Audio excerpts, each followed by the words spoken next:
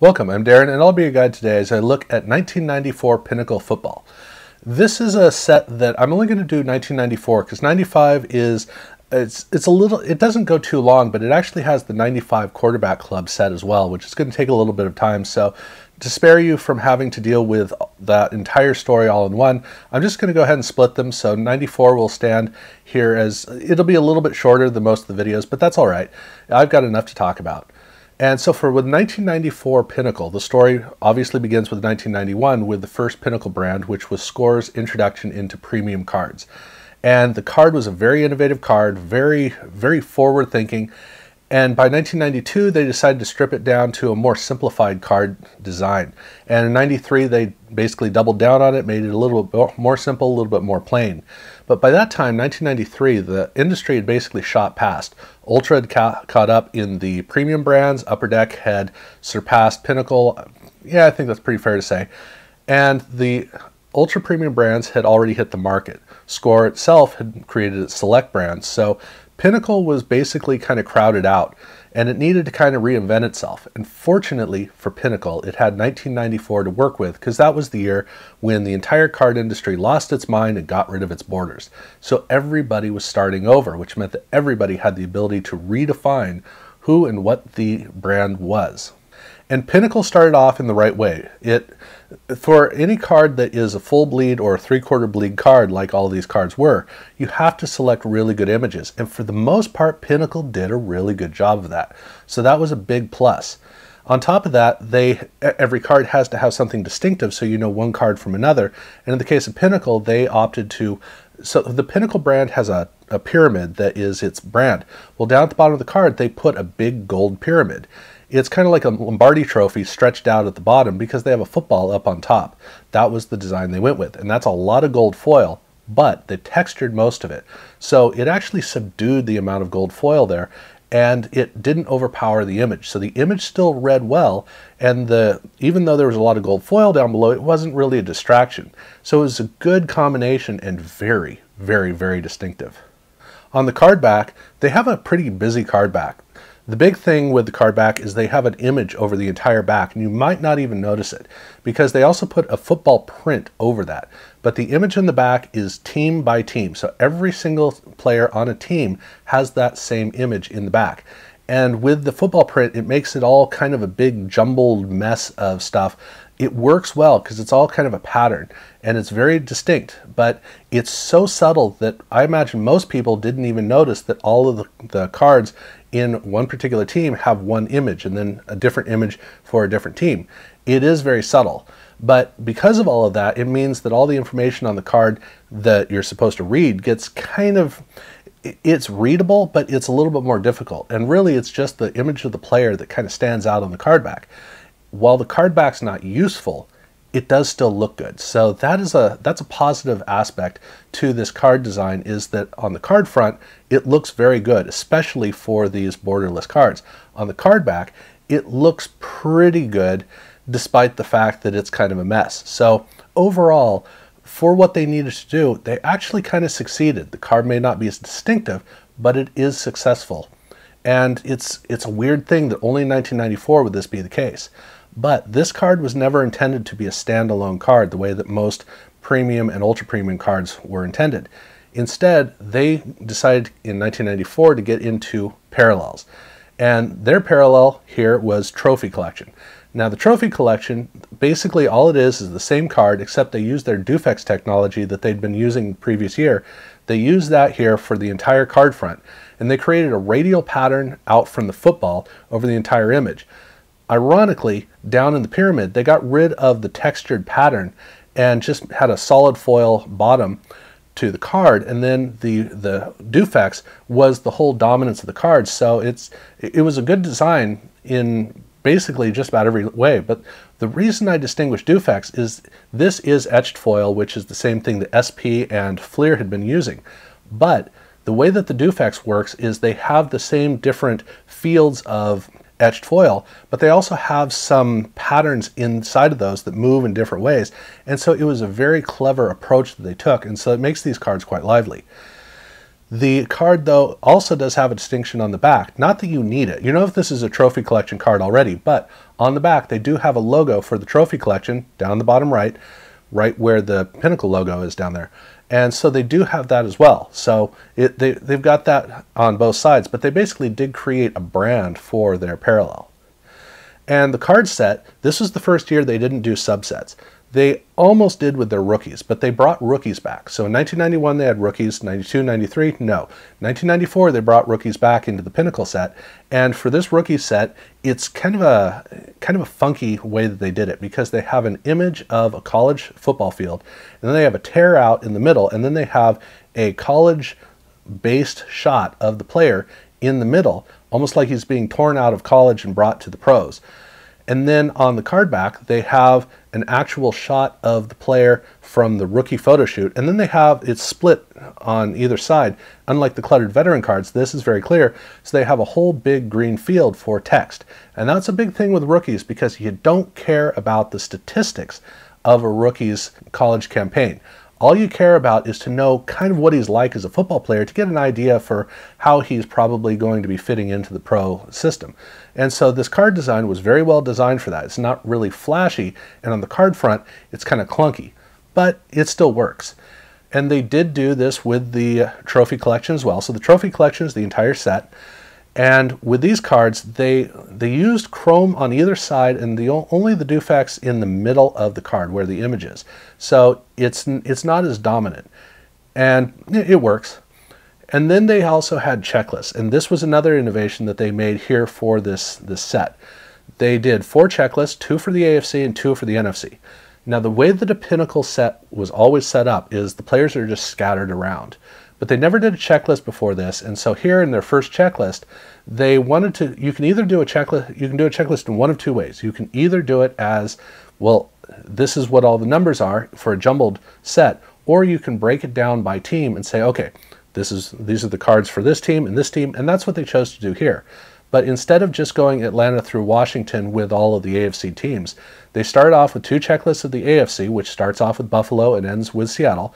And then they did another 2 checklists for the NFC, which there starts with Atlanta and goes through Washington, just the NFC teams. So they did those checklists in that way, but they also delineated each individual team. So if you collect team cards, technically one of these checklists fits in with that collection. And again, these are done with the Dufex technology. They have the trophy collection, and the trophy collection's Dufex is right around the outside border. But they also, instead of radiating out from the football, here it's all out from the middle. It's just right around the band, but it's all evenly distributed. And the card set was 270 cards. However, shortly into the next season, when these cards were being released, Jerry Rice broke the all-time touchdown record. So they decided to make a card to honor that. And they were able to get it into the production run, but they weren't able to get it into the main packs. So these cards only showed up in the jumbo packs. And the card is numbered 271, and this is not considered a part of the main set. It is an SP card, but it is a tribute to Jerry Rice with a shot of, I assume, the actual touchdown that he scored. They've got a big red band down at the bottom with some text. I like the strength of the color. And then on the card back, it's kind of cluttered, but I like it because I really like how rich all the colors are. I'm a sucker for the heavy color, not the overdone colors, but the heavy colors in card design, and this card very much has that. They also did another SP card that was across the board, and this was their Pinnacle Passers. It was almost a promo of a card they were going to do in 1995. Not that it looked anything alike, but this card is just Drew Bledsoe. It's only that card. It's a horizontal card, and this is just Dufex all over the place. It's a lot of fun, and this is a very rare card. This was about 1 per 10 boxes, so it's pretty tough to come across this card, but that is in there. And then they did one other SP, which was basically a case topper. And this is an autograph of Franco Harris. Score loved their Franco Harris autographs. And this card, like the Jerry Rice, it's not a Dufex card. It's just a straightforward card. In this case, it's kind of a fuzzy shot because that's a lot of their Franco Harris cards came out pretty fuzzy. On the card back, it's horizontal with the autograph. There's no distinction there's no authenticity, but that's because these cards were only made for the autographs. And there is no card number like the Pinnacle Passers, so there's that as well. But those were the SP cards that came with the set. And then they have their inserts, which starts off with Pinnacle Performers. And this is a card that's solid foil on the front, a lot of gold on the card. Nothing really interesting about it, but it's there. They also have their Pinnacle draft pick cards.